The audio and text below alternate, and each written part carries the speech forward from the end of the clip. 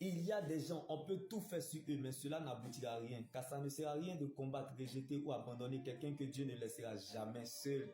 Donc vous ne pouvez pas suivre Christ et ne pas vous attendre au déshonneur, à l'inacceptable, à l'inexplicable et à l'incompréhension.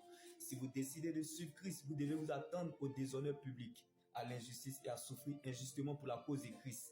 Donc n'envie pas l'oméga de quelqu'un si tu ne connais pas son alpha, car on peut être sur le même sol, mais on n'a pas le même sort. Ne critique pas le Nouveau Testament de quelqu'un si tu ne connais pas son Ancien Testament, car on peut être sur le même sol, mais on n'a pas le même prix, bien-aimé.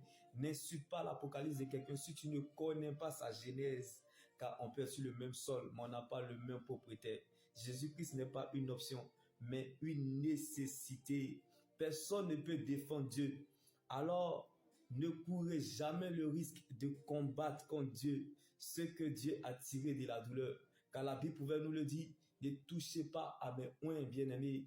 Ne courez jamais le risque, bien-aimés, de combattre ceux-là même qui ont payé le prix, qui ont tout perdu et tout laissé pour suivre Dieu.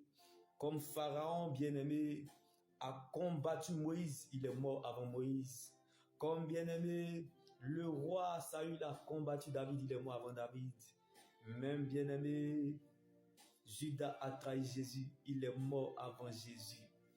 Donc bien-aimé, ne commence pas ce que tu ne peux pas terminer et ne mange pas ce que tu ne peux pas avaler. Car dans la vie, il y a des gens qui sont avalables. Tu es libre de les attaquer, mais fais très attention de leur alliance avec Dieu. Car ce n'est pas parce que le caïman vit dans l'eau qu'il ne peut pas se noyer. Tu mourras avant ton heure. Car la Bible pouvait nous le dire, de la manière que tu traites un enfant de Dieu, c'est de la même manière que Dieu te traitera. Car quiconque, bien-aimé, combat le temple de Dieu, Dieu le détruira.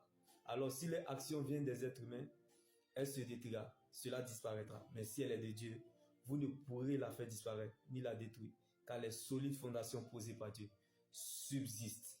Satan ne peut pas résister avec la foi d'un véritable enfant de Dieu, car le désastre pour un être humain, c'est de perdre la vision de Dieu pour sa vie. Donc lorsque vous êtes sans vision, vous devenez la provision des autres. Car celui qui ne connaît pas le temps perd ton temps. Celui qui ne connaît pas ton temps gaspille et gâche ton temps. Celui qui ne respecte pas ton temps ne te respecte pas. Alors une vision sans action est un rêve, et une vision sans discipline ne connaîtra jamais d'accomplissement. Alors même si la prophétie commence par le contraire de son accomplissement, sache que la parole de Dieu, c'est la seule prophétie qui ne rate jamais son but. Je ne sais pas si l'espérance en la parole de Dieu fait vivre, mais moi, elle m'empêche de mourir.